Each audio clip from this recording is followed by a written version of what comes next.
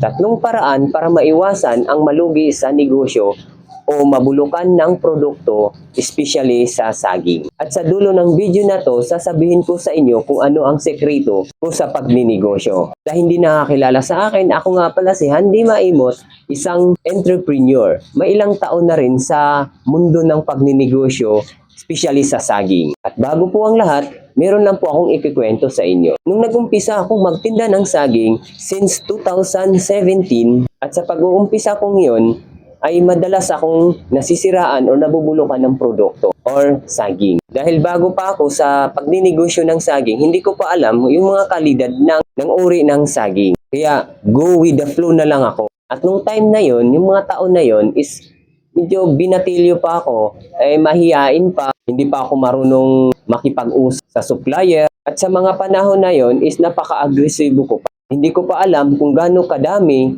or ilan lang yung napapaubos kong saging sa araw-araw. Kaya ang nangyayari, nag-oversupply. At ang nangyayari, nabubulok na lang yung iba. At minsan, kung ano yung ibibigay nilang produkto, yun din ang tinatanggap. Kaya madalas nabubulukan ako kasi sobra-sobra na rin ang nagiging budget ko sa araw-araw. At sa panahon na yon, hindi ko pa alam yung quality ng produkto or sa saging na meron pala yung waxy, may good. Kaya kahit anong ibigay sa akin, tinatanggap ko na lang. Kaya ang nangyayari, nahihirapan ako sa pagbenta.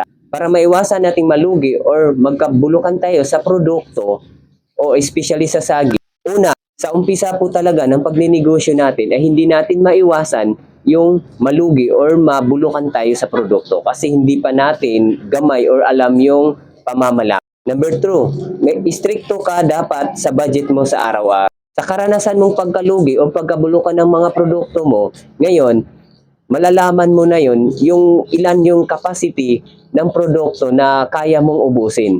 Kaya kailangan mong mag-stricto sa budget mo sa araw-araw para maiwasan yung oversupply at overkapasidad ng stock mo. Maaring mabulok. Number 3, pag matagal ka nang nabubulukan at nalulugi ka na lagi, malalaman mo na ang produktong ibinibenta mo mabagal ibenta or mahirap siya ibenta. Kaya piliin mong quality ang produktong bibilhin mo or ipapasupply mo or hahanguin mo, especially sa saging. Pag maganda ang produkto mo, maraming bibili dahil gusto nila. Dapat quality ang piliin mo. Mas maganda siya ibenta, hindi sakit sa ulo.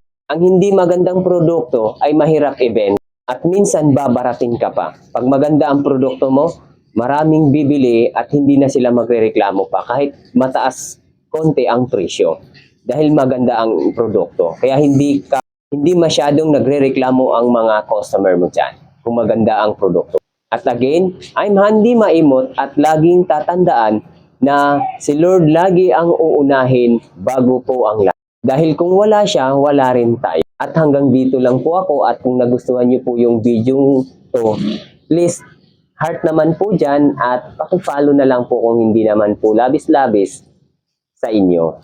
At hanggang dito lang ako. Marami pong salamat. Bye-bye!